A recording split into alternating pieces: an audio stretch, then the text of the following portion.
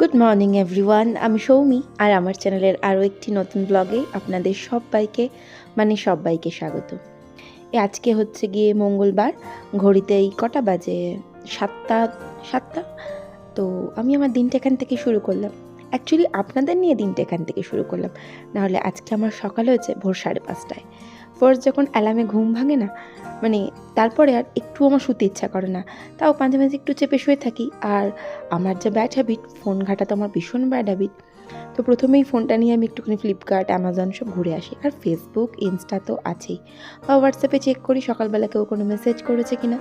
যেমন কালকেই দেখলাম একটা ফোন এসেছিলো, যেটা আমি রিসিভ করতে পারিনি। যাই হোক, সকালটা যখন শুরু হয়েই গেল, তো সুন্দর করেই শুরু করা যাক। ছোটোবেলায় আমার খুব কাছের একজন বলতো, মর্নিং সোজ দ্য ডে। জানি না সকালটা তো ভীষণ রোদে ভরপুর, রাতের দিকে বৃষ্টি হবে কি না। গতকাল একটুখানি আকাশটা চমকেছিল, বিদ্যুৎও চমকেছিল, মেঘের গর্জনও শুনেছি, কিন্তু ছিটে ফোটাও বৃষ্টি হয়নি। তো যাই হোক, মনের দুঃখ মনেই চেপে রেখে সকালের 1 কাপ গরম গরম চা নিয়ে বসে পড়লাম।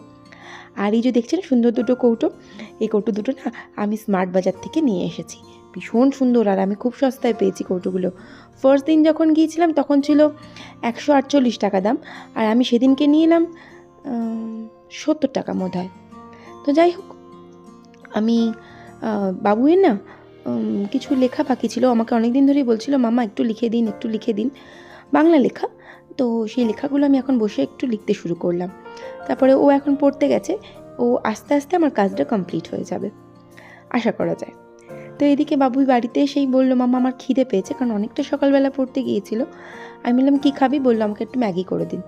আর সেদিনকে গিয়ে একটুখানি শেজওয়ান সস নিয়ে এসেছিলাম, বললো ওইটা দিয়ে করে দিন। না ওর দেরি, ওই জন্য তা ওকে আমি 1 গ্লাস দুধ দিয়ে দিলাম, আর তারপর আমি চলে এলাম এই কাজটা করতে। তো ম্যাগিটা কিন্তু আমিও ভীষণ ভালোবাসি। না সরি, এটা ম্যাগি না, এটা হচ্ছে ওই টপ রামেন একটা আছে না। আমার বাবুই যখন ছোট ছিল তখন আমি বিগ বাজার থেকে প্রচুর টপ রামেন কিনে নিয়ে আসতাম, আমার হেব্বি লাগে খেতে। টপ রামেন নিত বোধ হয়, হ্যাঁ কী যেন রেমন মোটমাট। যাই হোক, বাবুইকে খেতে দিয়ে দিলাম, ও বসে গেল খেতে। আর আমি এই যে তমালের সব সময় ইনকমপ্লিট করা কাজ আমাকেই কমপ্লিট করতে হয়, হাফ বিছানা গোছাবে আর হাফ গোছাবে না।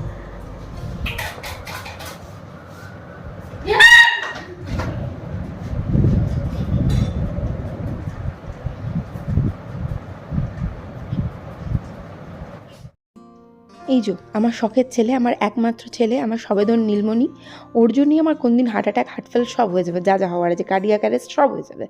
ও এইভাবে আমাকে দিনে রাতে ভয় দেখায়। আমি ওর জেমি, জাঠুন, ওর পাপা, মিম্মি, আমার মা, সবাই ওকে বারণ করেছে যে মার সাথে এটা করবি না, কিন্তু না, ওকে তো করতেই হবে। আর আজকে অনেক দিন পর করেছে, আমি সত্যি ভীষণ ভয় পেয়ে গেছিলাম। ও এইভাবে আমার প্রাণটাই কোন দিন না বেরিয়ে যায়, সত্যি সত্যি। তো যাই হোক, আমার বিছানা গোছানো হয়ে গেল, ঘরদোরও টোটাল গোছানো কমপ্লিট। তো আমি যেহেতু রেগে যাইনি, সেজন্য খুব একটা রিয়্যাক্ট করলো না। এই যে এসে দেখছি এই ঘরে, ভাবলাম যে পড়ছে ওই ঘর থেকে চলে এসে, ও মা দেখি নেই এই ঘরে, কি করছে কে জানি। বুকশেলফটাও গোছায়নি নিজের। এত দুষ্টু, এত বদমাইশ না, পারা যায় না। সবাই বলে ও খুব ভালো, কিন্তু যে কি ভালো সে একমাত্র আমি জানি, আর আমার বাড়ির লোকগুলো জানে। যাই হোক, এদিকে রান্না তো বসাতেই হবে। তো রান্নার জন্য আজকে আমি ভেবেছিলাম একটুখানি ঝিঙে আলু বড়ি দিয়ে তরকারি করব। ওই যে আনাজ কেটেই কাটাই ছিল, তো আমি সেটা ফ্রিজ থেকে বার করে ঝুড়িতে ঢেলে দিয়েছিলাম, সেগুলো ধুয়ে নিতে হবে। আর একসাথে 3টে গ্যাস বসিয়ে দিলাম, 3টে ওভেন জ্বালিয়ে দিলাম। একটাতে ভাত, একটাতে শাক ভাজা, আমার কী বলে ওটাকে, কলমি শাক নিয়ে এসেছিলো, তো সেই শাক ভাজা বসিয়ে দিলাম। আর একদিকে আমি বসিয়ে দেবো ওই ঝিঙে আলুর তরকারি, অলরেডি বসিয়েও দিয়েছি। আর এই যে দেখছেন না, শাকটা একটু জলে ভেজানো ছিল, হালকা গরম জলে ভেজানো ছিল।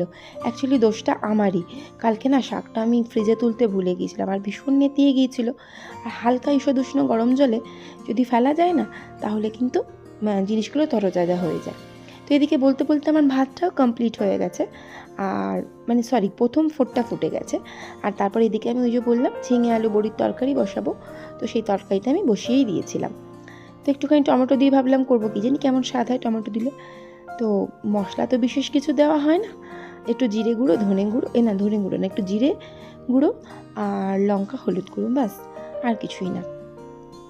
তো একটুখানি কষিয়ে নেব হালকা করে, আর তারপরে আমি এর মধ্যে ঝিঙেগুলো সুন্দর করে ঢেলে দেবো।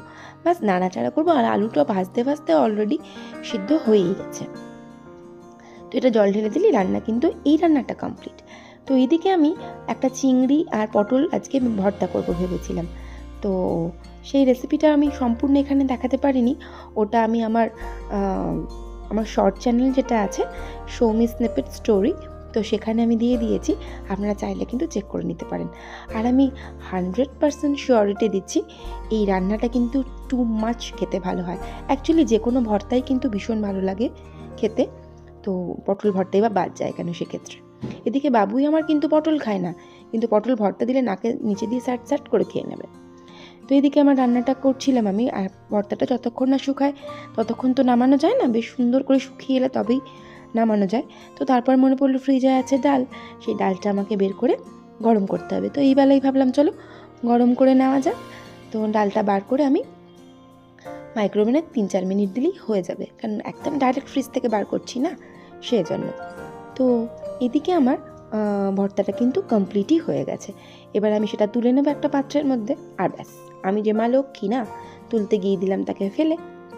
তো এদিকে আমার রান্না বান্না কিন্তু টোটাল কমপ্লিট, আর শুধুমাত্র গ্যাসটা ওভেনটা পরিষ্কার করে নিলে রান্নাঘর আমার সম্পূর্ণ পরিষ্কার হয়ে যাবে। আর এরপরে আছে দুপুরবেলা খাওয়া দাওয়া, আর হচ্ছে সন্ধ্যাবেলা রান্না। আবার দেখা যাক সন্ধ্যাবেলা কি রান্না করব। যা বিভীষিকাময় গরম পড়েছে না, এই গরমে আর রান্না করতে বিশেষ করে সন্ধ্যাবেলা আমার ভালোই লাগে না।